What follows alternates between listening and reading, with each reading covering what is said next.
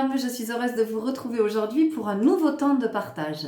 Alors une guidance générale qui va s'adresser au collectif, donc il n'y aura pas de choix.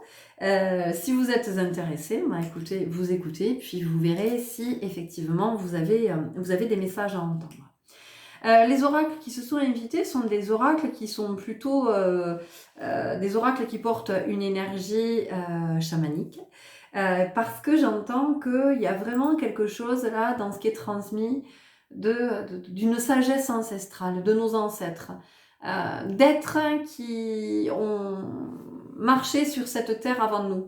Alors ça peut être des êtres humains, mais ça peut être aussi d'autres êtres vivants, autres que appartenant au règne humain. Avant de commencer ce partage, je voudrais vous partager autre chose. C'est que depuis ce matin, en fait, tout vient me dire là et me chercher dans le fait que la spiritualité n'est pas une religion. La spiritualité n'est pas un dogme. La spiritualité n'est pas un monde. La spiritualité n'est pas un concept. La spiritualité n'est pas un échappatoire. La spiritualité, c'est pas un espace dans lequel on se dit bon, ok, j'y vais, je me remonte les manches, je règle une bonne fois pour toutes ce qu'il y a à régler, et puis après, on n'en parle plus, et enfin, je peux vivre. Et en fait, c'est pas ça. Je vous le dis parce que si vous êtes dans cet état d'esprit, eh ben vous pouvez être déçu à un moment donné de vous dire ah mais c'est quoi l'histoire en fait. Et c'est là que c'est intéressant. C'est quoi l'histoire? De ce que je comprends de la spiritualité c'est l'esprit. Donc la spiritualité, c'est faire le choix de vivre en conscience. Voilà. Alors d'être tout le temps en conscience, si l'on peut, ou d'être le plus souvent possible dans la conscience. D'être le plus souvent possible dans la conscience, qu'est-ce que ça induit? Eh bien, ça induit non pas que on va tout régler et puis après c'est terminé, on n'en parle plus, parce que ça, finalement, ça reviendrait à arriver à un stade de la mort. L'âme est hors du corps, puisqu'elle a fini ce qu'elle avait à faire ici, dans cette densité terrestre. Donc, est-ce que c'est ce que vous voulez vraiment? Point d'interrogation. Donc, en fait, vivre en conscience permet de réaliser que la vie, c'est pas plus tard, quand je serai réparée, quand je serai soignée, quand j'aurai géré, quand j'aurai réglé. La vie, c'est depuis tout le temps. La vie, en tout cas celle-là de vie, eh ben, c'est depuis ma naissance. Donc chaque expérience, c'est la vie. Et quelle que soit l'expérience, que ce soit une expérience qui soit agréable, qui soit euphorisante, ou que ce soit une expérience fatigante, déroutante, déstabilisante, éprouvante, particulièrement douloureuse, éreintante, j'entends. Donc je crois qu'il y a quelque chose ici à revoir. C'est pas la spiritualité, c'est pas une voie avec des paillettes, des licornes, c'est chouette, c'est le pays des êtres de lumière, de l'amour infini. Je crois pas que ce soit ça. Mais je vous partage mon sentir, mais vraiment tout modestement. Je suis pas en train de vous dire que j'ai raison. Mais je me dis, je pense que si on s'imagine ça, et on se leurre et on va se casser les dents, on va se casser le nez. Et inévitablement, on va être déçu. Moi, ce que je perçois de plus en plus de la spiritualité, c'est que c'est un état de l'esprit. C'est-à-dire que c'est un état de conscience. Alors, est-ce qu'il est modifié? Point d'interrogation. Là, à ce jour, moi, je ne suis pas en mesure de vous répondre, je vous le dis franchement. Est-ce que c'est un état de conscience modifié? J'en sais rien. En tout cas, c'est un état qui me permet de me dire « Ok, je suis en train de vivre une expérience. » Donc la vie, c'est la vie qui est là à travers cette expérience. Et qu'est-ce que m'enseigne la vie? Mais encore une fois, pas qu'est-ce que m'enseigne la vie là dans le mental de je vais intellectualiser, je vais analyser, je vais... Non, c'est qu'est-ce que je sens que ça m'apporte. Être dans cet état d'esprit aussi, dans cette conscience, ça permet à un moment donné de sortir de la dynamique de je suis victime, que j'ai pas de chance, que tout ce qui m'arrive en fait, mais je suis maudite, j'ai un mauvais karma, enfin je suis maudite, j'ai un mauvais karma, mais pas du tout. En fait, vous vivez ce que vous avez, ce que votre âme a choisi de vivre avant de s'incarner. Ça fait partie de son processus d'évolution. Donc à un moment donné, vous n'êtes pas maudit, vous n'avez pas un mauvais karma, vous n'êtes pas... C'est juste que vous vivez l'expérience que vous êtes venu vivre. Par exemple, vous prenez vous êtes dans un parc d'attractions et vous dites tiens je vais faire un tour sur le Grand 8. Vous prenez votre ticket pour le Grand 8, mais vous vous attendez à quoi quand vous allez monter sur le Grand 8? Vous vous attendez à quoi quand vous allez monter sur le Grand 8? Le Grand 8, qu'est-ce que ça va être? Vous allez monter, vous allez descendre, vous allez monter, vous allez descendre. Vous allez avoir le cœur, vous avez le cœur qui va se serrer, qui va accélérer, et puis dans la redescente, vous allez avoir l'impression que le cœur lâche. Vous, il y a tout qui lâche, vous dites, ça va. Vous voyez? Et tout ça, vous ne le contrôlez pas quand vous êtes dans le Grand 8. Vous ne pouvez rien contrôler. Et si vous devez pleurer, vous pleurerez. Si vous devez vomir, vous vomirez. Si vous devez vous évanouir, vous vous évanouirez. Vous voyez? Eh bien, la vie, c'est le Grand 8. C'est-à-dire qu'à un moment donné, quand on décide de s'incarner, eh bien, c'est qu'on est venu vivre ce Grand 8. Donc, c'est comment on est dans la conscience de ça. De ce que je perçois, hein, vraiment de ce que je comprends et de ce que j'expérimente. Et donc, effectivement, vous pouvez pas aller dans le Grand 8, descendre et aller gueuler après je sais pas qui en disant oui, j'ai vomi, j'ai été malade, j'étais pas bien. Ben non, vous avez fait le choix d'aller dans le Grand 8. Donc, à un moment donné, vous voyez, je veux dire, vous pouvez vous placer en tant que victime, mais vous avez choisi, vous avez décidé d'aller dans le Grand 8. Donc, à un moment donné, on est dans cette vie, on fait le choix ou pas de la vivre en conscience, et ça appartient à chacun. Et on n'a pas à juger, à dire ah ben lui il est pas dans la conscience, mais lui il en est où il en est. Et dans d'autres vies, si aujourd'hui vous avez fait le choix d'être dans la conscience, dites-vous qu'il y a d'autres vies où vous n'avez pas été dans la conscience. Et puis même aujourd'hui, vous êtes sur un plan de conscience, vous n'êtes pas au dernier plan de conscience. Il y a d'autres personnes qui sont à des plans plus avancés. Ça ne veut pas dire que il y a des êtres supérieurs et d'autres qui sont inférieurs. Ça n'a rien à voir avec ça. C'est simplement de s'accueillir les uns les autres tels que nous sommes et où nous en sommes. Alors oui, c'est pas facile, évidemment que c'est pas facile. On a déjà du mal à s'accepter soi. Alors de là à accepter un autre, ben oui, c'est compliqué. Ça nous, effectivement, ça nous invite à beaucoup d'humilité, en fait, à beaucoup d'humilité. Donc, il y a ces expériences qui se vivent. Elles sont la vie. C'est-à-dire qu'à un moment donné, il n'y aura pas la vie après, ça sera mieux, ça sera super, ça sera machin. Il faut comprendre que chaque expérience amène sur une nouvelle expérience. C'est les poupées russes, hein. Enfin, je veux dire. Et ça s'arrêtera jamais. Et le jour où ça s'arrêtera, c'est parce qu'il y aura la mort. L'âme sera hors du corps. L'âme partira hors du corps. Parce qu'elle aura fait toutes ces expériences. D'accord? Donc, voilà. J'avais vraiment à cœur de vous partager ça. Donc, en fait... la spiritualité, c'est un engagement, mais c'est un engagement que l'on prend, que l'on décide de prendre encore une fois ou pas, de se dire, ben ouais, je fais le choix d'être dans une vie qui va être plus en conscience.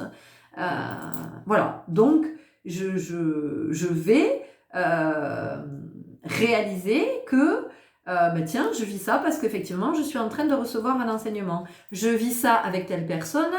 Mais c'est pas pour me dire ouh là là, cette personne elle est mauvaise, ou c'est pas une bonne personne. Mais non, à un moment donné, en chacun de nous, il y a du bon, du moins bon. Vous voyez ce que je veux dire? Donc à un moment donné, c'est juste cette relation que j'ai avec cette personne. Eh bien, elle m'amène à mieux me reconnaître. C'est pas me connaître, c'est me reconnaître. Hein, reconnaître mon essence originelle. Et plus en fait, une personne me fait souffrir, c'est-à-dire qu'elle vient activer chez moi des mémoires de blessures, mais plus elle est un cadeau, en fait, plus elle est un guide, un précieux guide. Voilà. Et du coup, même plus je vais être dans la conscience, plus je vais me dire, mais en fait, tout ce temps où j'ai détesté cette personne parce que elle me fait souffrir, enfin, elle me fait souffrir, c'est ce que je me raconte, elle me fait souffrir, mais en fait, cette personne-là, elle est un enseignant. Alors, j'en ai fait du chemin avant d'arriver à dire ça, hein, et il y a des moments où c'est encore difficile, hein, voilà, il y a des personnes, puis il y a des personnes dans nos vies qui sont là depuis longtemps, et on se dit, mais putain, quand est-ce qu'elle sort de ma vie? Mais quand est-ce qu'elle sort de ma vie? Et moi, quand je me dis ça, je me dis, mais ma chérie, elle sortira de ta vie quand elle t'aura transmis tous les enseignements que tu as à recevoir. Donc, tant que cette personne est encore là, eh ben, c'est que t'es pas arrivé au bout de l'enseignement. Tu as encore des choses à voir. Et en fait, d'être dans la conscience, qu'est-ce que ça permet? Ben, ça permet de sortir de cette souffrance du mental. Vous voyez, de cette souffrance de j'en ai marre, j'ai pas de chance, je suis victime, c'est toujours pareil, je tombe toujours sur le même style de personne, je vis toujours les mêmes histoires. Et ouais, mais parce que tant qu'on n'a pas compris, tant qu'on n'est pas dans la conscience, évidemment que ça se représente. Donc, en ce moment, ça vient quand même beaucoup nous dire ça. Et que la spiritualité, voilà, c'est pas un refuge, c'est loin d'être un refuge. La spiritualité, c'est ok, c'est je fais le choix. Je fais le choix d'être finalement dans cette sagesse. Je fais le choix de comprendre que, en fait, quand je suis déçue par une personne, quand je suis déçue d'une situation, quand je suis déçue, c'est parce que j'ai projeté. Je me suis fait des illusions. Je me suis fait un film quelque part. Voilà. J'ai projeté dans cette personne quelque chose. J'ai projeté quelque chose dans cette situation. Et en fait, ça se passe différemment. Donc, ça vient me dire que finalement, l'autre n'est pas responsable. Je peux pas en vouloir à l'autre. Lui en vouloir de quoi? Parce qu'il m'a déçu. Mais c'est moi qui ai projeté. À un moment donné, c'est moi qui ai choisi de me raconter une histoire. Donc ça, je crois que c'est important aussi qu'on l'entende. Tout ce que je vous partage, c'est vraiment de l'expérience, c'est du vécu. C'est comme, vous savez, quand vous êtes avec une personne, vous êtes dans une certaine dynamique, et puis cette personne, vous allez par exemple donner beaucoup à cette personne. Donc vous allez lui donner. Et puis à un moment donné, vous allez vous rendre compte que cette personne, elle vous donne pas de la même façon. Et puis vous allez être un peu, vous savez, un peu blessé, un peu vexé de vous dire mais merde, donc quand même avec tout ce que je donne à cette personne, en fait elle me donne rien. Mais parce qu'en fait j'ai imaginé que cette personne elle était comme moi, que cette personne elle était dans ce besoin de donner là comme ça, de donner. Ben, peut-être que cette personne elle est pas là-dedans. Peut-être que cette personne elle est dans le fait de juste recevoir, ou alors elle est dans un juste équilibre entre donner et recevoir, c'est-à-dire que elle n'est pas responsable que je lui donne autant. Mais elle fait le choix de pas beaucoup donner. Voilà, parce qu'elle estime que c'est sa juste mesure, vous voyez. Et plus j'avance, plus je sens, mais encore une fois, hein, c'est mon modeste sentir, hein, que la spiritualité, c'est plutôt ça. C'est vraiment d'être dans cette énergie-là. De se dire, vous savez, il n'y a pas longtemps, j'ai partagé un post sur la trahison du point de vue des stoïciens. Et pour les stoïciens, effectivement, la trahison, ça n'existe pas. Ça n'existe pas parce qu'en fait, la trahison, ça vient du fait qu'on est accordé, qu'on place notre confiance dans une personne, alors même que la personne ne nous a rien demandé. Et donc nous, on va décider, on va choisir d'accorder une entière confiance à cette personne et on va projeter. On va projeter que cette personne, puisqu'on lui accorde notre confiance, elle va être infaillible. Mais c'est juste impossible. C'est juste impossible. Et dans notre vie, nous avons tous et nous trahirons tous. Enfin, en tout cas, nous serons le traître systématiquement pour quelqu'un. Parce qu'il y aura toujours une personne pour placer en nous des espoirs, des attentes, des illusions, mais auxquelles nous ne répondrons pas. Parce que c'est impossible. D'accord? Donc voilà, c'était ce que j'avais à vous partager par rapport à la spiritualité. Alors encore une fois, c'est une introduction, j'ai pas mes lunettes, mais je pense qu'on a un peu plus de 14 minutes. Des introductions qui sont longues, mais en même temps, je suis poussée à vous partager ça depuis ce matin. Et là, j'ai dit, bon, j'ai plein de choses que j'ai envie de faire, que j'ai à faire en termes de créativité et tout ça. Et en fait, je savais que tant que je vous partagerai pas cette guidance, je ne pourrais pas être focus sur ce que j'ai d'autre à réaliser. Donc, on va aller voir tout de suite quels sont les messages qui nous sont partagés aujourd'hui. Je vais vous présenter les oracles à chaque fois, je vais laisser la caméra. Vous avez toutes les infos dans le barre de l'info.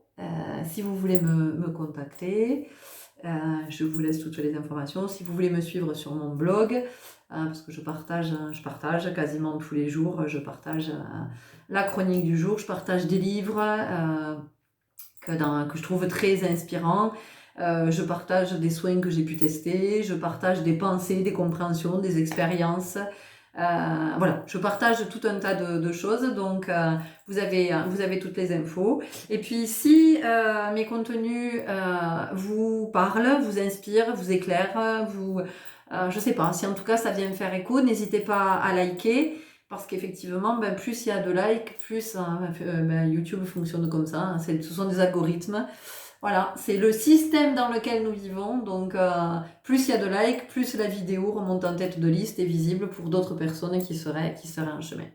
Donc, merci pour votre belle présence, merci pour votre écoute et je vous retrouve tout de suite pour les messages. Allez, on y va. On va commencer tout de suite avec le premier tarot qui s'invite, c'est le tarot primitif. Et je vais aller voir du côté des arcanes mineurs, puisque ce sont eux qui ont envie de... Alors, je rappelle que je ne suis pas tarologue et que ma lecture des cartes est intuitive. Je fais vraiment en fonction de ce que je canalise. Allez, ça saute. Ok. Ici, j'ai ce qui est venu, c'est le langage. Le langage, les mots, l'énergie des mots et comment on apprend à manier le verbe. On nous dit que le langage est un art ancestral. Alors, il y a deux choses qui sortent. Ce qui sort, c'est que finalement, le langage universel, c'est la vibration, c'est ce que l'on émet. Ça, c'est le langage universel. C'est ce que j'entends. C'est-à-dire que on n'a pas besoin de parler la même langue pour se comprendre et pour communiquer. On peut communiquer de façon différente. On peut communiquer à travers un regard, une expression du visage. On peut communiquer à travers une émotion qui va émaner de nous. On peut communiquer avec la gestuelle. Vous voyez, moi je fais beaucoup de gestes. On peut communiquer avec la gestuelle. On peut communiquer avec le toucher. Le fait de toucher une personne, vous entrez en communication avec la personne. On peut communiquer de bien des façons. Et ce que ça nous dit ici, c'est... Il y a cette communication universelle, mais il y a aussi la communication de la langue, du verbe, de la bonne parole, de la bénédiction. C'est-à-dire que tous les mots ont une signification particulière. Donc déjà, quand j'emploie un mot, quand j'utilise un mot, est-ce que je suis sûre de son sens? Et ça, c'est important. Parce que des fois, nous employons des mots qui ne sont pas employés au bon escient, ou des expressions qui sont devenues galvaudées, qu'on a détournées. Et il y a vraiment une invitation à revenir à l'origine, à revenir, à s'intéresser à l'étymologie des mots, s'intéresser à l'origine du mot, du verbe, et d'être vraiment attentif aux mots que je vais employer. C'est-à-dire que, par exemple, quand je vais dire « oui, je supporte », eh bien, dès lors que vous supportez, vous induisez de la douleur au niveau du dos. Parce que vous supportez, vous portez quelque chose en plus. Donc, vous portez quelque chose qui est lourd. Et quand on porte quelque chose qui est lourd, eh bien, ça vient peser sur le dos. Quand vous dites... Par exemple, au lieu de dire « oui, je supporte », eh bien, j'entends, vous pouvez dire « je fais face ». Je fais face, ça veut dire que je suis en face et que je suis droit, j'entends droit dans mes bottes, que je suis alignée, que je suis dans mon axe et que je suis prêt, je suis suffisamment ancré, stable pour faire face. Par exemple, quand vous dites « je dois »,« il faut », eh bien, vous pouvez remplacer « je dois »,« il faut », ces injonctions par « je choisis »,« je décide »,« je préfère »,« j'opte ». Vous voyez, parce que tout de suite, ça vous permet de revenir dans votre responsabilité et non pas de vous placer dans je suis victime, je subis, je suis soumise à. Pareil, dans ma façon de m'adresser à l'autre. Si je lui dis oui, tu comprends, tu as dit ça, machin, ben, tout de suite, je suis dans le reproche. Donc la communication part très très mal. Par contre, si je suis dans un échange avec l'autre, eh bien, si je commence ma phrase par voilà, j'ai compris de notre dernière discussion que je t'avais blessé ou ouais. Et ça change tout, ça change tout. Quand l'autre vous dit, par exemple, oui, je te comprends pas, je sais pas ce que tu veux dire, tu es toujours en train de changer d'avis.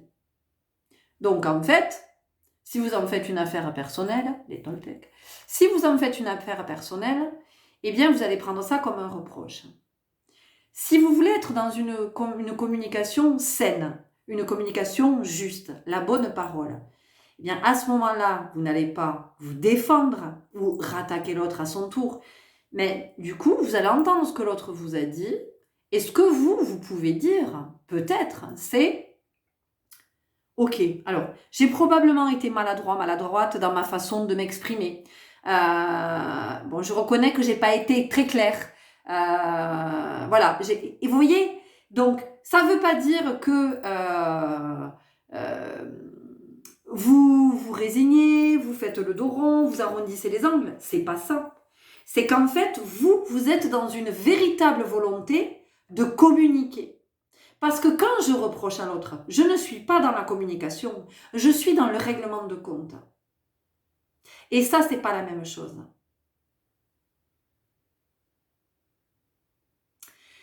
Quand vous dites à quelqu'un, ou quand vous vous entendez dire, oui, tu pourrais faire des efforts, il n'y a que moi, dans cette relation, il n'y a que moi qui fais des efforts. Alors déjà, ça c'est le sentiment que j'ai. Si je dis à l'autre, il n'y a que moi qui fais des efforts. J'ai le sentiment que l'autre ne fait pas d'efforts. Parce qu'il n'est pas dans la même énergie que moi. Mais rien ne me dit que l'autre ne fait pas d'efforts. Ça c'est l'histoire que je me raconte. Il n'y a que moi qui m'implique dans cette situation. Toi, tu ne t'impliques pas. Ben, l'autre, il a probablement une autre façon de s'impliquer dans la situation. Par contre, si vous, dans cette communication, vous dites à l'autre, écoute, voilà, j'ai le sentiment de faire beaucoup d'efforts et malgré les efforts que je fais, je sais pas, il y a quelque chose qui est pas équilibré peut-être, ou en tout cas moi qui me semble, tu vois, ne pas fonctionner. Alors, je sais pas si. Voilà. Et ça ouvre la communication. Vous voyez, c'est ça aussi. La conscience, la sagesse. Donc ici, on vient vraiment nous parler de ça. On vient nous parler de cette communication-là, d'apprendre à communiquer. Il est temps que nous apprenions à communiquer, à nous dire les choses, plutôt que d'être dans une forme de s'échapper de, vous voyez, des fois on peut mettre un terme à une relation ou raccrocher au nez de quelqu'un ou dire bah, c'est bon, stop maintenant, parce qu'en fait on est pris de court, on est dépourvu, on sait plus, et ça c'est une difficulté à communiquer. C'est une difficulté à communiquer parce qu'en fait on n'est pas au clair avec ce que l'on souhaite. Enfin, encore une fois, c'est ce que je sens. Ici on a du vert. Donc on est dans le cœur, on est dans le cœur, on est dans la compassion, vous voyez, et c'est ça la communication aussi. Et vous remarquerez que compassion, communication, hein, on a le com avec, on a le com. Pardon, je suis pas claire, j'ai beaucoup de choses qui arrivent en même temps. Communication, compassion, ça commence par COM, avec, ça veut dire. D'accord? Donc, c'est comment on fait avec le verbe et comment on fait depuis le cœur. Comment on fait dans cette compassion par rapport à soi, par rapport à l'autre. Vous savez, là, ce que je reçois, c'est que j'ai l'impression qu'on nous enseigne vraiment le vivre ensemble, comme les peuples premiers vivaient, les peuples racines vivaient ensemble. Comment chacun apportait sa richesse, comment on était dans le respect, comment on ne jugeait pas l'autre, comment on l'écoutait, comment on le montrait pas du doigt, comment on le désignait pas comme coupable, comment. J'ai vraiment l'impression ici que c'est ce qu'on nous partage et c'est ce qu'on nous transmet. C'est parler depuis le cœur. Et quand je suis dans cette communication, dans la compassion, eh bien, je parle depuis le cœur. Donc, je parle en vérité. Et quand je parle en vérité, ça veut dire que je parle depuis mon authenticité, depuis mon essence. Et c'est pas, oui, je lui ai pas mâché mes mots, moi j'ai dit ce que j'avais à dire, de toute façon c'est comme ça, c'est ce que je pense. Moi voilà, je passe pas par 36 chemins pour dire la vérité. La vérité que je me raconte en ce moment. L'histoire que je me raconte en ce moment. Mais pour autant, ça ne veut pas dire que j'ai parlé en vérité. Est-ce que j'ai parlé depuis le cœur? Est-ce que j'ai parlé depuis ma part divine? C'est ça, hein, ici, qu'on nous dit. Ici, on a du jaune. Voilà, on va faire tous les chakras. Vous avez vu qu'on est en train de descendre? C'est juste magique. On est parti de la gorge, on descend dans le cœur, et maintenant on descend dans le chakra solaire. Donc ici, on est dans Manipura. Manipura.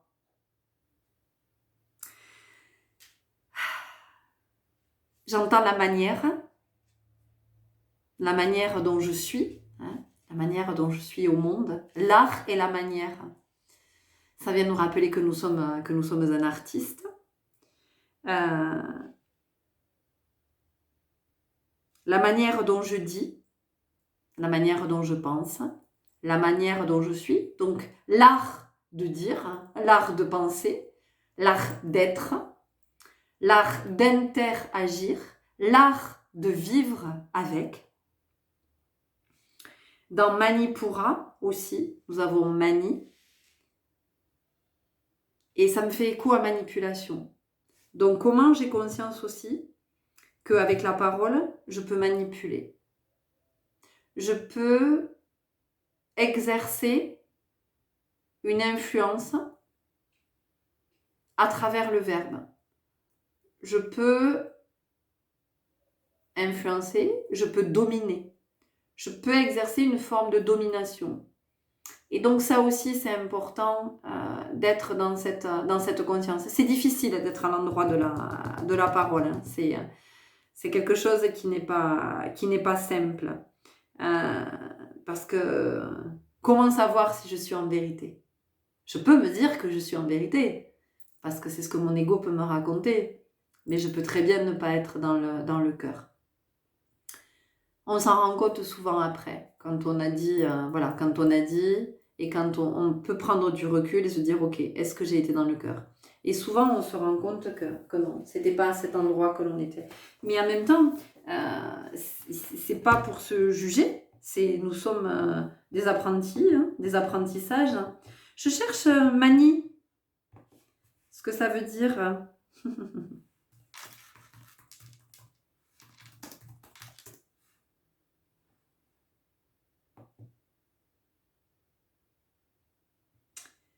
Mani.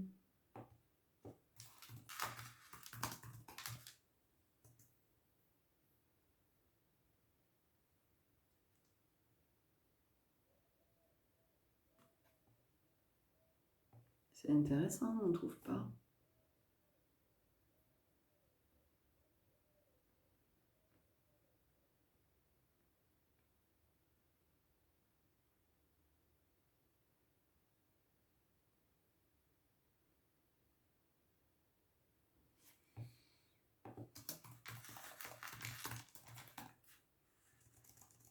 Alors, je fais un direct avec vous, hein.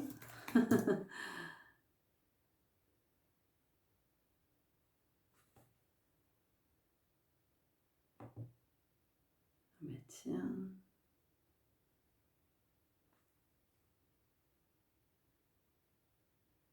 eh ben, je ne trouve pas. Si quelqu'un trouve la signification du préfixe mani, je suis preneuse. Alors je vais chercher, hein, mais je suis preneuse parce que quand même, ça m'interpelle. Ok. Donc en fait, le chakra ici, le manipura, le plexus solaire, c'est comment, aussi il y a la notion d'honnêteté. De ce que j'entends dans manipura, c'est comment j'ai conscience de briller ma lumière et comment, en fait, cette lumière, c'est mon essence. C'est pas, j'entends, c'est pas fake, vous voyez, c'est pas une lumière artificielle. C'est pas j'en fais des caisses pour qu'on me voit, je parle fort pour qu'on m'entende, je ris fort pour qu'on m'entende, je gesticule, je prends beaucoup de place, je fais plein de propositions pour qu'on se dise mais il est là, elle est là pour me rassurer. Parce qu'en fait, j'ai pas confiance en moi. Ici, on vient nous dire avec cette carte que nous sommes le divin, nous sommes la lumière et qu'à partir de là, il n'y a pas besoin d'en faire davantage. C'est-à-dire que la lumière, elle est là. La lumière, elle demande qu'à briller, à émaner.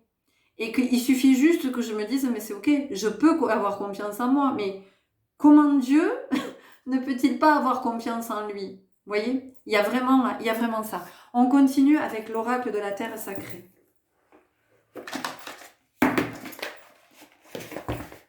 Il y a vraiment quelque chose de très profond ici, hein, dans cette guidance. Je ne sais pas si vous le ressentez, mais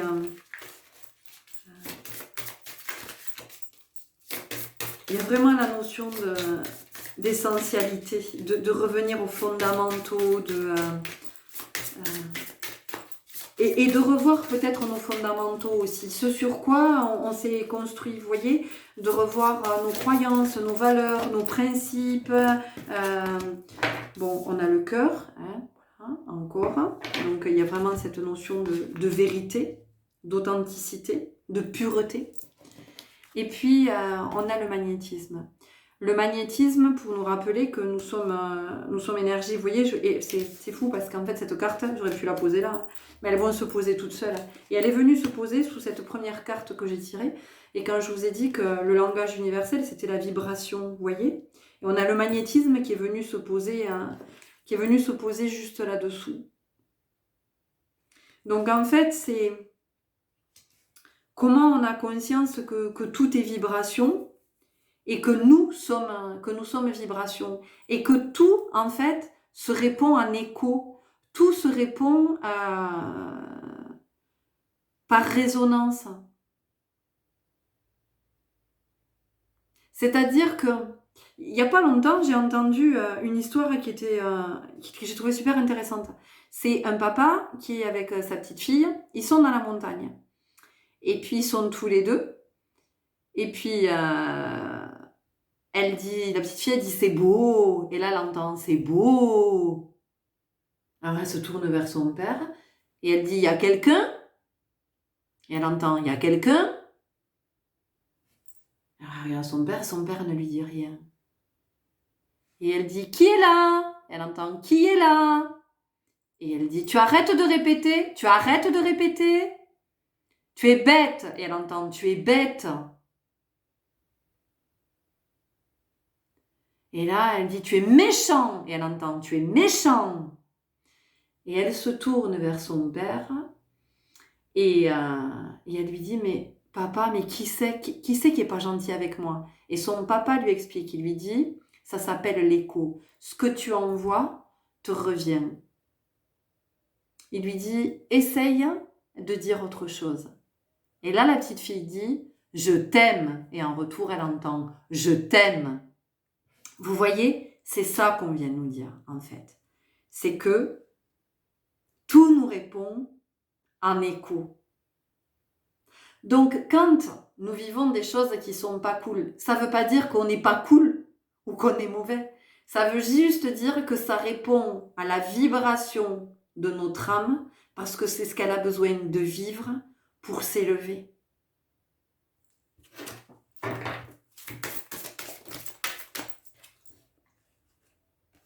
La réaction Vous voyez, je vous dis, tout répond en écho. Ce que je vibre, eh ben, je reçois dans le même type de vibration.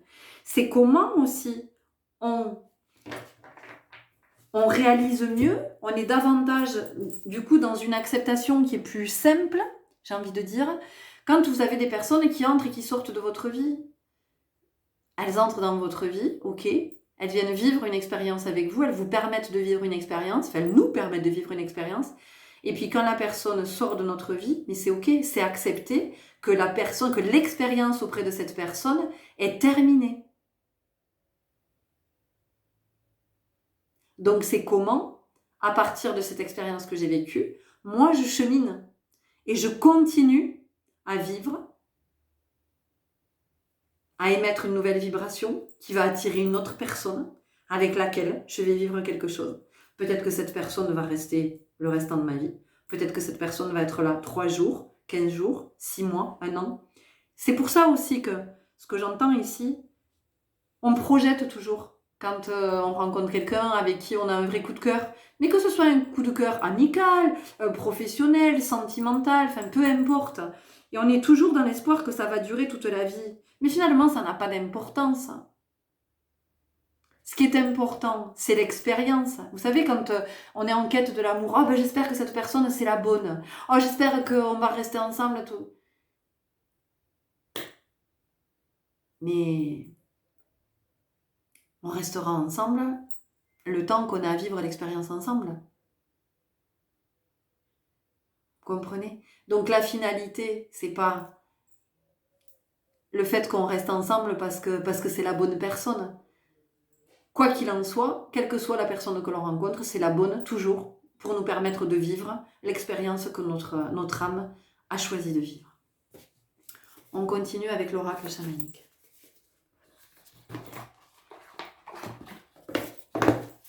Encore une fois, je vous partage ce que je perçois. Je vous partage ce que je comprends, ce que je sens. Voilà, je ne suis pas en train de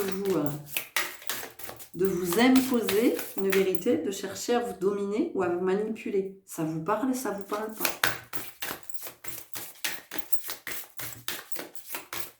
C'est comment ça fait écho chez vous ou pas. Est-ce que ça provoque une réaction chez vous? C'est intéressant.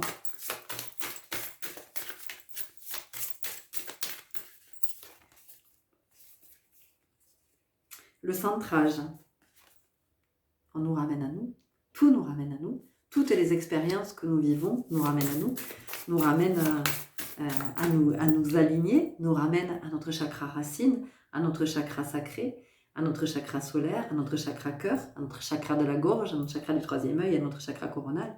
Vous vous rendrez compte que chaque situation que nous vivons nous fait œuvrer du côté de chaque chakra. Chaque personne que nous rencontrons nous fait œuvrer au niveau de chacun de nos chakras.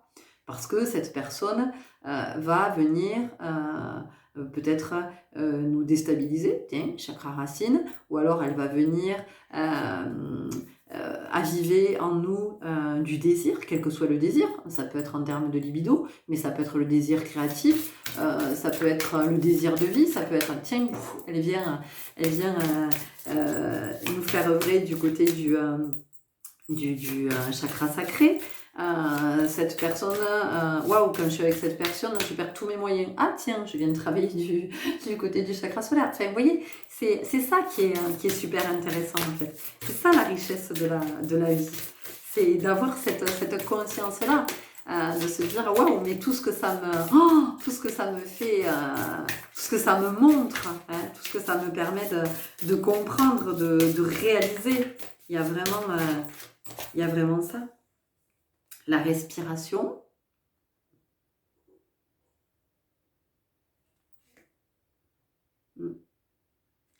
C'est comment aussi il est important de prendre conscience, de faire régulièrement le point en fait dans notre vie.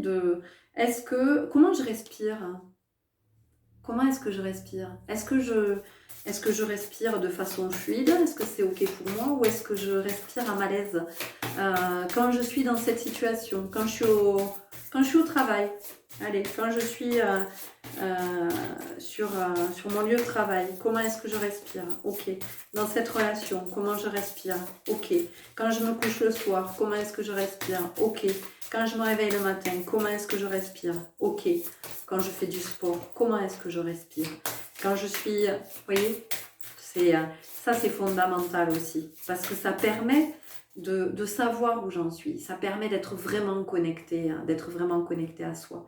Ça permet de prendre conscience de si je respire sereinement ou si au contraire, il y a quelque chose qui vient m'agiter. Il y a quelque chose qui vient, j'ai peur. Je suis face à une peur, je suis face à une angoisse. Je suis face à quelque chose que j'ai déjà vécu et il y a quelque chose en moi qui vient se réveiller. Donc ici, c'est important d'avoir conscience de cette respiration. Et si je me rends compte que ma respiration dans telle ou telle situation, dans tel ou tel espace, auprès de telle ou telle personne est pas fluide, eh bien c'est qu'est-ce que j'en comprends. Voilà. Mais pas qu'est-ce que j'en comprends dans l'intellect, dans le mental, dans mon corps, qu'est-ce que ça me dit. Par un écho, qu'est-ce que ça vient de dire. Vous voyez, on vient nous parler de perception. Donc c'est comment je sens les choses. Plus ça va, plus nous sommes invités à être dans la perception, dans le sentir, vous voyez, d'être... voilà, ça fait un moment hein, là que quand je fais les... on continue avec cet oracle. Ça fait quelques temps là, dans les guidances que je propose, qu'effectivement il est question de ça, d'essayer de sortir de tout ce qui est intellect, de pourquoi, comment, d'analyse, et d'être vraiment dans la perception, dans l'instinct, dans l'intuition, dans tout ce qui est intuitif, dans tout ce qui est dans l'essence. Et en fait, il y a vraiment... Peut-être qu'on ne se sert pas assez de nos sens aussi, vous voyez. C'est peut-être pour ça aussi qu'on a la vue qui baisse, c'est peut-être pour ça qu'on perd de l'audition. C'est peut-être pas juste lié à l'âge, à l'avancée dans l'âge, vous voyez. C'est peut-être parce qu'on a perdu l'habitude de nous servir de nos sens. Parce que si on a tous ces sens, c'est pas pour rien, c'est pas une histoire de confort ou de, vous voyez, c'est, si on a tous ces sens, c'est bien qu'ils servent à quelque chose. Et peut-être que nous, on a perdu l'habitude, vous voyez, de civilisation en civilisation. Et bien peut-être que nous avons perdu l'habitude d'utiliser nos sens. Et puis petit à petit, nous sommes en train de les perdre, ces sens. Voilà, et d'ailleurs, il y a beaucoup d'enfants qui maintenant, de plus en plus tôt, portent des lunettes. Vous voyez, ça veut bien dire que quand même, au niveau de la génétique, il y a quelque chose qui est en train de se modifier, parce qu'on n'est plus dans cette sensibilité-là, dans cette sensitivité. Donc, il y a cette invitation à redévelopper nos sens, et tous les sens. Le toucher, beaucoup de personnes qui sont mal à l'aise avec le toucher, le goût, l'odorat, l'ouïe.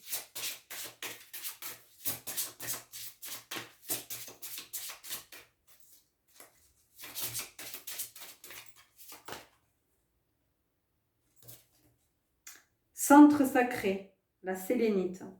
Avec la sélénite, il y a quelque chose de pur.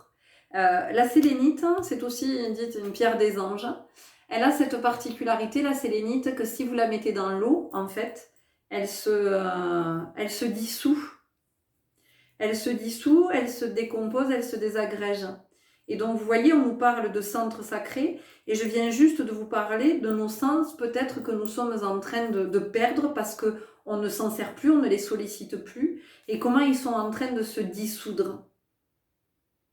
Et du coup, si on perd nos sens, on peut potentiellement perdre le sens aussi de sa vie, de sa raison de vivre, de pourquoi je vis. Voyez, il peut ne plus y avoir de sens à notre vie aussi. On peut être dans cette dynamique. Vous, en beaucoup plus, le rubis. Oh, c'est beau. On nous ramène dans le cœur. Dans le cœur encore. Ici, on a l'araignée. Donc, l'araignée, c'est vraiment l'art du tissage. C'est l'art du tissage et de qu'est-ce que je tisse, qu'est-ce que j'ai envie de tisser, comment je le tisse, À partir de quoi je tisse? À partir de quelle énergie? L'araignée, elle peut aussi être vue comme un prédateur. L'araignée, elle peut aussi représenter le piège. Donc c'est dans quoi finalement tout seul je vais me piéger, je vais m'enfermer. Parce que personne ne me piège dans quoi que ce soit. Je me piège, c'est moi. Je m'enferme tout seul, toute seule dans quelque chose parce que je me raconte. Je sais pas, là, ces jours-ci, j'ai vu passer sur Facebook, je sais pas comment, bref, il y avait un post sur les hommes sacrés, des hommes bons, des hommes qui sont pas comme tous les autres, il y avait vraiment quelque chose par rapport à ça. Et une personne avait mis un commentaire en disant « ça fait du bien de savoir qu'il y a des hommes différents ». Et je me suis dit, en fait, c'est incroyable parce que en fonction des histoires que l'on vit, eh ben, on va avoir tendance à catégoriser, voyez, à généraliser. C'est-à-dire que, par exemple, si j'ai vécu des relations avec les hommes, où j'ai vécu la trahison, où j'ai vécu l'humiliation, ben, je vais, au lieu de me dire, ok, en fait, ces hommes-là, ces partenaires-là t'ont amené à regarder du côté de ces blessures, hein, de ce que tu es venu expérimenter. Ben, si j'en suis pas là, je vais me dire oui, en fait, ces hommes, de toute façon, tous les hommes sont mauvais. Et donc, c'est plus la peine que je vive d'histoire avec des hommes parce que, de toute façon, je vais toujours vivre la même histoire. Voilà, je vais encore être trahie, je vais encore être humiliée, je vais encore être dévalorisée. C'est pas la peine que je m'investisse dans une autre histoire. Donc, je vais rentrer en mode protection. Donc, je vais fermer mon cœur, je vais verrouiller Anahata. Donc, je vais verrouiller l'énergie d'amour. L'énergie d'amour, qu'est-ce que c'est? C'est ma vibration originelle. Donc, plus je me coupe de l'amour, moins je vais être lumineux, moins mon système immunitaire va être en bonne santé, et petit à petit, plus je vais m'étioler, plus je vais maigrir, peut-être, alors possiblement maigrir, perdre du poids, et maigrir, M'-A-I-G-R-I-R. Et du coup, je vais me couper de toutes les formes d'amour avec tous les règnes, avec le vivant, avec tout le vivant. Parce que je me suis enfermée dans cette croyance que tous les hommes étaient mauvais. Sauf qu'en fait, j'ai attiré des hommes qui venaient me permettre de voir les blessures que je suis venue observer, expérimenter, comprendre.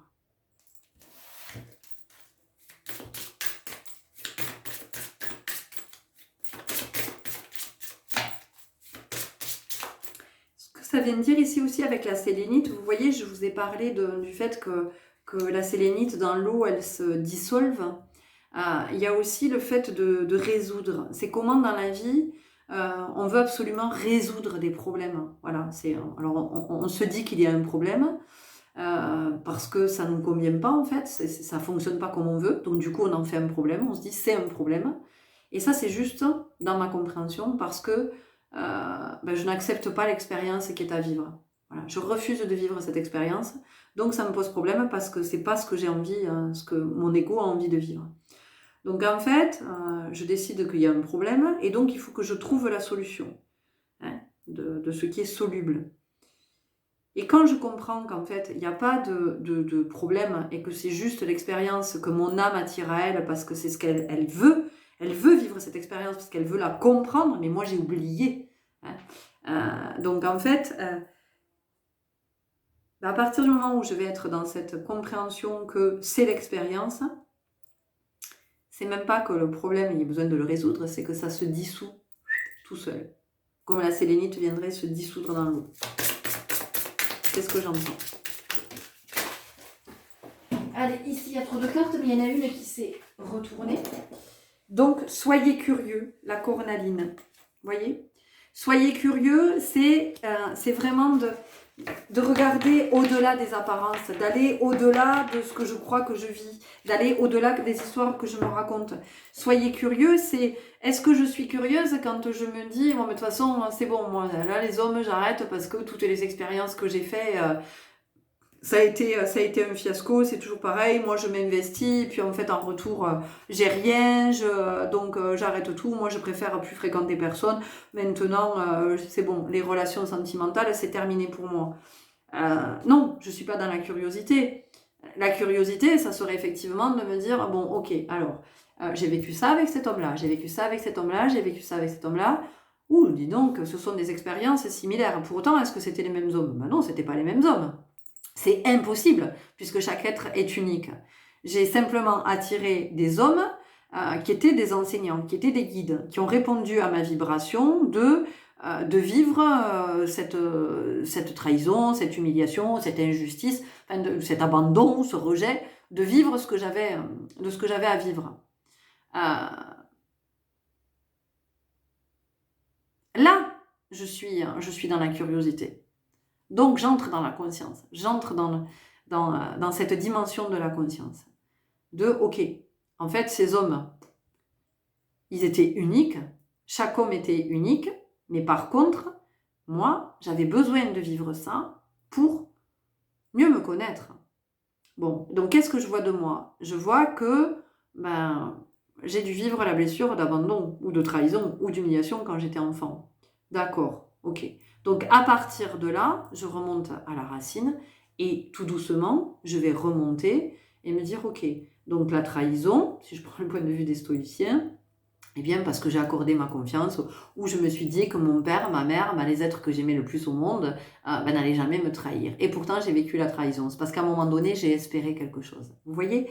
Donc, je parle beaucoup de la trahison parce que je pense qu'en ce moment, c'est quelque chose sur le plan collectif qui est en train d'émerger, vous voyez, de remonter. Voilà. Donc, je pense que c'est pour ça que j'insiste beaucoup sur la blessure de trahison. On continue avec l'oracle du tambour. Et nous arrivons à la fin. C'est déjà pas mal, hein, c'est une guidance d'une heure quand même. C'est tout.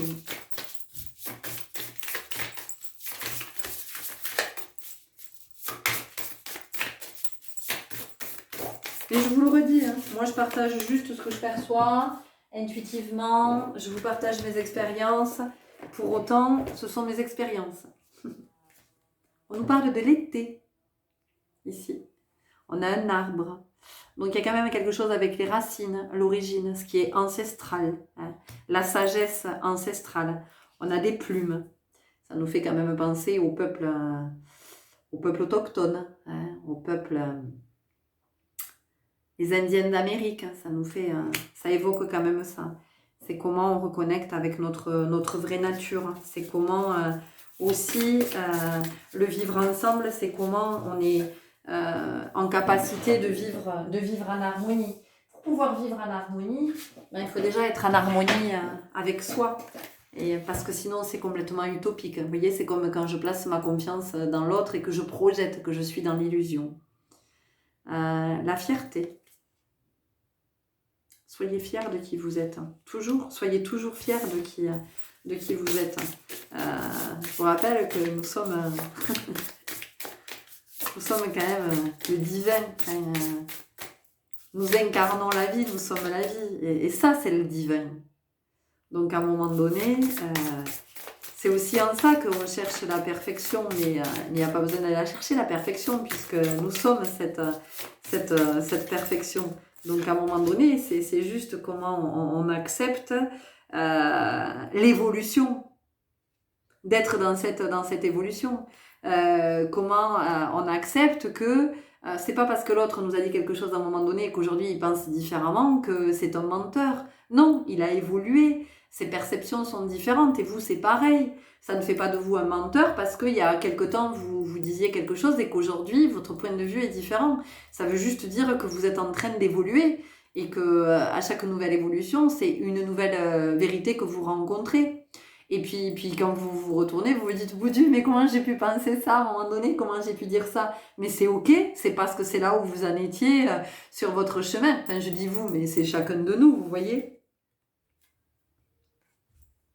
La hutte de sudation.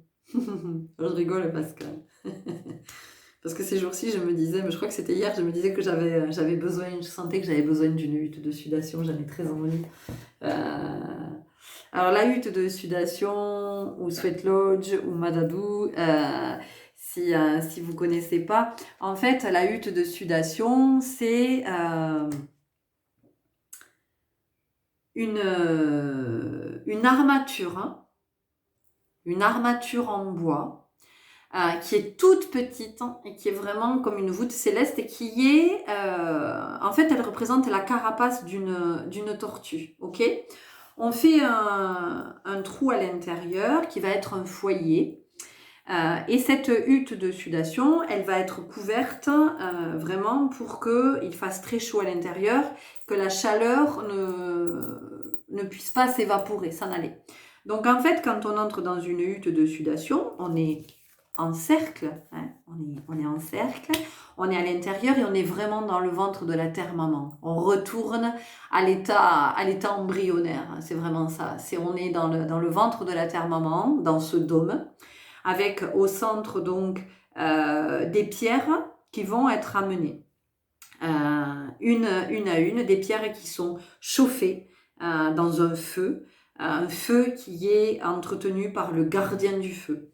Et dans cette hutte de sudation, il y a le maître de cérémonie ou la maîtresse de cérémonie, ça peut être une femme, voilà, plutôt un homme médecine ou une femme médecine, qui va mener cette hutte de sudation, qui va parler, qui va chanter, qui va permettre de purifier. La hutte de sudation, en fait, c'était un espace du temps des peuples premiers, dans lequel les peuples, les guerriers, qui allaient partir au combat, venaient chercher toute la force et le courage. Donc en fait, c'est comment on se libère de toutes les peurs, de toutes les croyances, et comment on prend toute l'énergie de la terre. On est purifié par le feu, on a toute l'énergie de la terre maman qui arrive, et c'est comment, quand on sort de cette hutte de sudation qui dure à peu près 2h30, 3h, c'est comment on sort nouveau, un être nouveau-né. Et vous voyez, enfin, la hutte de sudation, c'est une expérience extraordinaire, parce que moi, quand je l'ai vécue, en fait, je suis arrivée dans cette hutte de sudation avec des croyances. La croyance que j'étais claustrophobe, la croyance que je ne supportais pas la chaleur et la croyance que j'avais peur du noir. Or, on s'est retrouvés dans une mini hutte de sudation, mais c'est vraiment petit, quand je vous ai dit que c'est petit, c'est qu'on est les uns contre les autres, on n'a pas d'espace pour s'installer confortablement. On est collés, on a les genoux qui sont repliés, on a les bras qui sont comme ça, et vous n'avez pas de latitude pour vous étirer, Et quand je suis rentrée dedans, je me suis dit, oh là là là là là là là là là, mon Dieu, je vais étouffer, je vais pas supporter la chaleur, le noir, je vais faire une crise d'angoisse, voilà, je suis rentrée là-dedans dans cet état d'esprit. Et en fait, cette hutte de sudation, il s'est passé plein de choses pendant ces 2h30 qu'on est resté dans la hutte de sudation. Et j'ai vérifié que non seulement je n'étais pas claustrophobe, que je supportais la chaleur et que je n'avais pas peur du noir. Je suis ressortie de cette hutte, déjà j'avais pas envie d'en ressortir, vous voyez, donc j'étais pas prête à revenir au monde, voilà. J'étais pas prête, parce que je serais encore restée. Mais n'empêche que quand vous sortez de là, vous sortez vous vous sentez purifié et dans une énergie, dans un regain énergétique qui est fou. Vous avez pris toute l'énergie de la terre, donc autant vous dire que vous êtes nourri. Enfin, c'est vraiment, il y a quelque chose d'extraordinaire qui se passe. Et en fait ici, la hutte de sudation, c'est encore une fois, c'est comment on revient à la terre-mère, comment on revient aux origines, comment on revient à cette sagesse ancestrale. Et comment on revient aussi voir du côté de nos croyances. Vous voyez, c'est ce que je vous disais. Du côté de nos croyances, du côté de nos valeurs, du côté de nos principes, de tout ce qui fait qu'on s'est construit. Et c'est comment, à un moment donné, on est dans cette conscience de se dire, ok, ça je garde, ça par contre, je peux pas garder, je peux plus garder, c'est plus ok pour moi. Ok, on a encore 2-3 cartes avec l'oracle de l'esprit des ancêtres.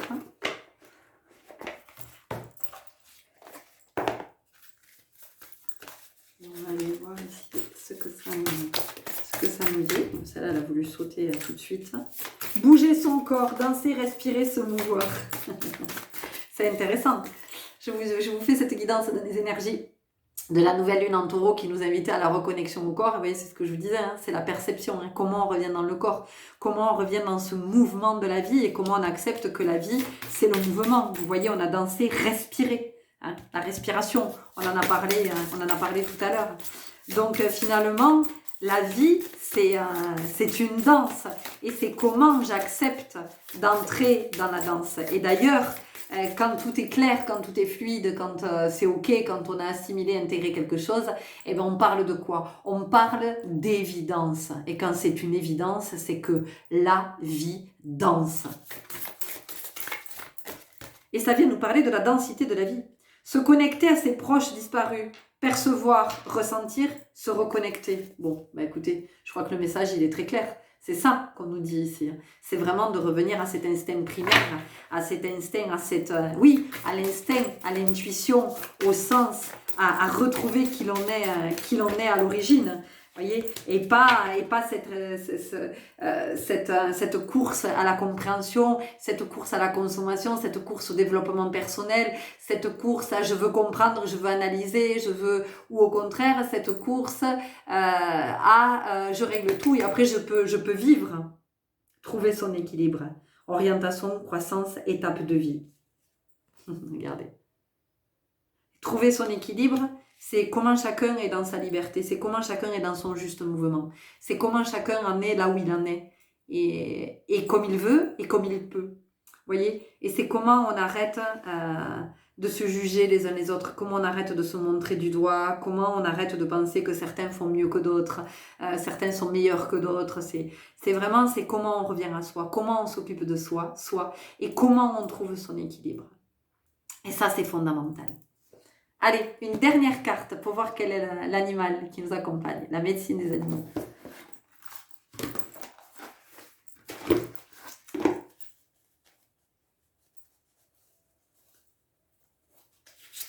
Un oracle que j'aime particulièrement, de Dominique Rankine et de sa cocotte Marie-Josée Tardif, dont je suis les enseignements depuis le début de l'année. Des enseignements des enseignements riches, des enseignements de sagesse, des enseignements des peuples premiers, hein, puisque Dominique Rankine, c'est un homme médecine, un chef héréditaire d'une tribu Anishinaabe, voilà, qui nous partage toute sa sagesse. Nous sommes accompagnés par Sikosi. Et je vais vous lire ce que nous dit cet allié. Alors, c'est la 29. 29.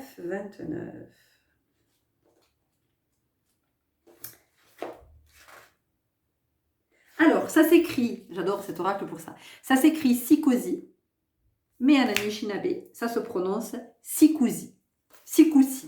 Sigoussi, pas facile. Sigoussi. Je suis un animal joyeux et très curieux. Je joue à cache-cache avec les humains car ils ne m'aperçoivent que très rarement. Je suis très sauvage et discret. Je suis sensible aux changements et je m'adapte aux saisons. En fait, je suis un as du camouflage. Brun l'été et blanc l'hiver avec le bout de ma queue noire. Ma superbe fourrure réchauffe les humains. En Europe, c'est même avec moi qu'on fabriquait les manteaux des rois. Je suis aussi une parure importante sur les coiffes des chefs Anishinaabe. Quand Chomis porte sa coiffe, donc Chomis, c'est Dominique Rankine, c'est cet homme médecin dont je vous ai parlé, on l'appelle Chomis. Quand Chomis porte sa coiffe, vous me voyez de chaque côté de son visage. Je suis là pour rappeler au chef l'importance de toujours avoir une parole juste, de ne jamais mentir. Je suis pleine d'émotions quand je vous dis ça. Parce qu'effectivement, quand je vois Chomis porter sa coiffe, je vous assure, et quand il parle dans sa langue, on ne comprend pas ce qu'il dit, mais on comprend tout ce qu'il dit. C'est juste extraordinaire. C'est la vibration, c'est ce que je vous disais tout à l'heure. Vous voyez, on a commencé par la parole. Vous vous rendez compte? On a commencé par la parole, parler en vérité, et vous avez vu où ça nous mène. Je suis là pour rappeler au chef l'importance de toujours avoir une parole juste, de ne jamais mentir. C'est magique.